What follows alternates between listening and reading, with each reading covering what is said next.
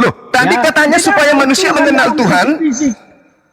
Tadi Mengenal katanya Tuhan supaya dalam manusia bisa ajaran, melihat Tuhan, mengenal maka Tuhan Tuhan dalam mewujud jadi ajaran yang manusia. dibawa, mengenal Tuhan dalam ajaran yang dibawa Yesus, karena Tuhan akan memperbaharui perjanjiannya dengan manusia. Jadi yang dikenal bukan fisik Tuhannya, karena Tuhan tidak memiliki fisik.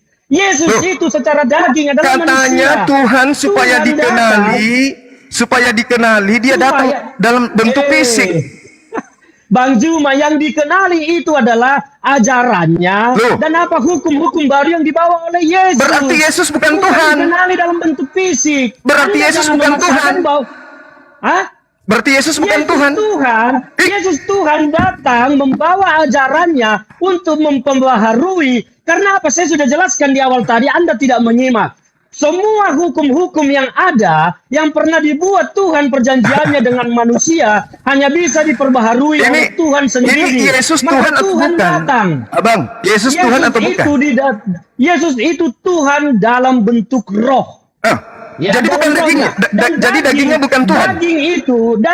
Dengar makanya. Daging itu, firman itu menjadi daging supaya firman, roh, Tuhan itu bisa bersama-sama dengan manusia. Karena kalau tidak menggunakan daging, maka Tuhan tidak akan bisa dilihat oleh manusia. Jadi Yesus bukan Tuhan kan? Yesus adalah Tuhan. Tapi jasadnya? Makanya Jasadnya Yesus Tuhan. Jasadnya adalah manusia yang mati, bukan Tuhan yang mati. Jasadnya Yesus Tuhan atau bukan? Jasadnya manusia itu adalah yang mati. Bukan Tuhan. Mati. Bukan Tuhan. Jasad fisik adalah daging. Bukan Tuhan. Tetapi yang di dalam daging itu saya tanya. Tuhan. Jasadnya Yesus bukan Tuhan. Jasad itu adalah manusia karena Yesus adalah manusia dan Yesus adalah Tuhan. Jasadnya Tuhan atau bukan? Daging.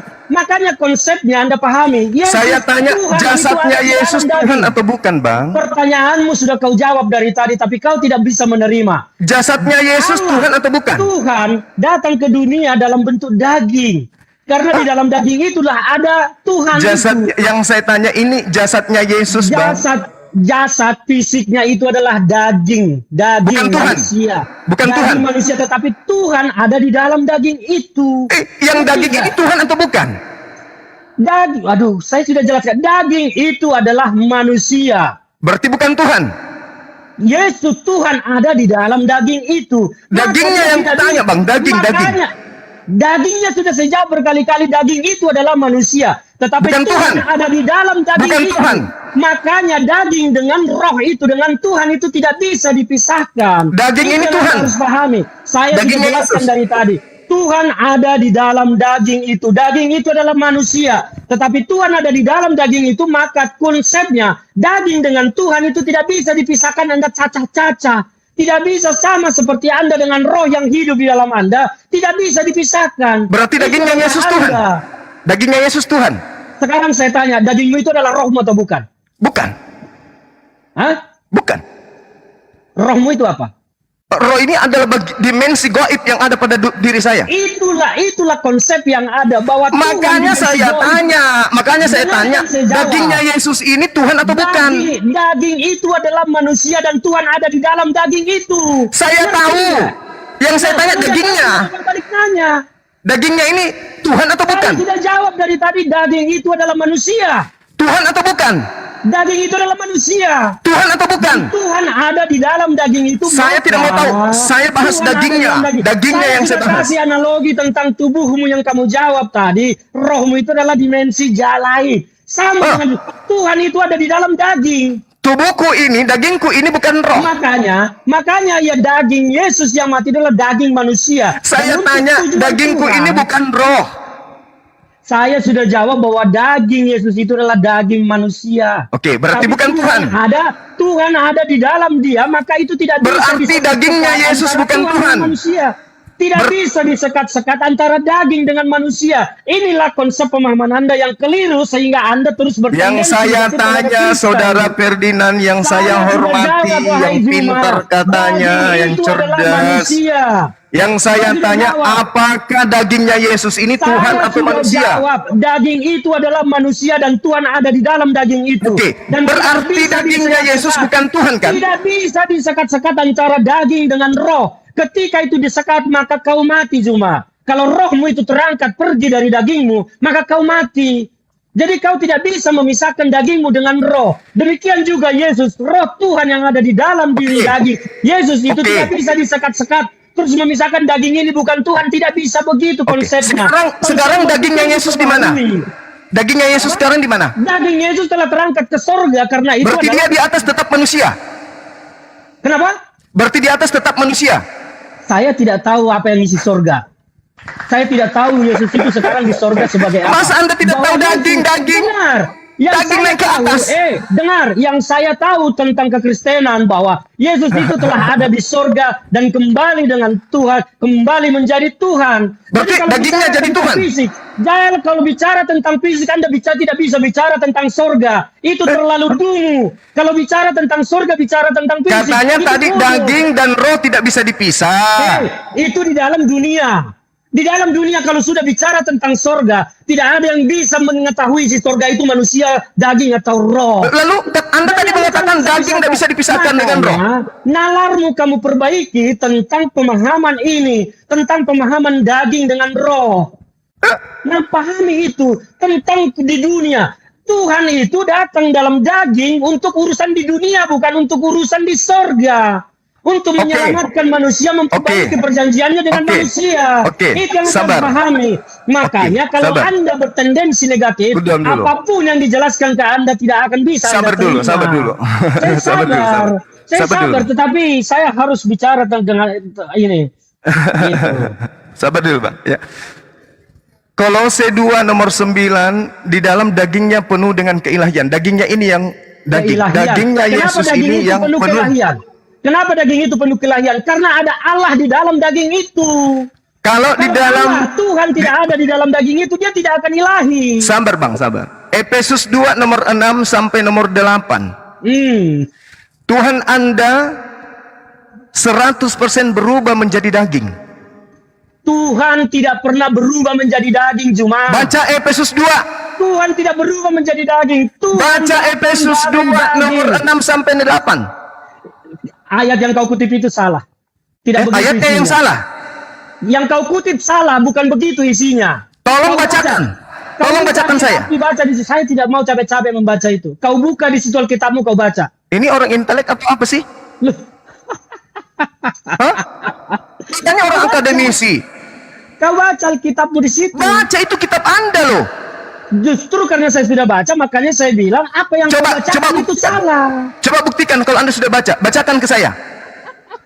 Bacakan. Saya Efesus 2. Baca, tapi, Efesus 2 nomor 6 sampai nomor 8. Bacakan ke saya. Bacakanlah apa isinya. Saya tanggapi. Baca Bang. Tanggapilah. Apa? Baca. Anda mengatakan daging Yesus bukan Tuhan. Bacalah. Bacalah di situ. Loh, Anda yang menyanggah dalil saya. Loh. Karena yang kau kutip itu, yang salah. Kau bacakan, salah, tidak begitu baca isinya. yang benar. Abang yang punya yang benar, baca. Bacalah, kan kau yang mendalilkan. Salah, punya saya salah. Punya saya salah. Kau yang mendalilkan, maka kau buktikanlah. Anda sudah mengatakan punya saya salah. Ya salah. Ya sudah, untuk apa saya baca? Baca yang benar. Baca yang keras, biar seluruh Indonesia tahu kapasitas Anda itu seperti apa. Baca. Saya sudah bilang, yang Anda baca itu salah. Baca. Loh, saya tidak akan membaca karena yang Anda baca itu salah. Saya punya salah. Di sini. Iya. Yang punya saya salah, punya abang benar, bacalah.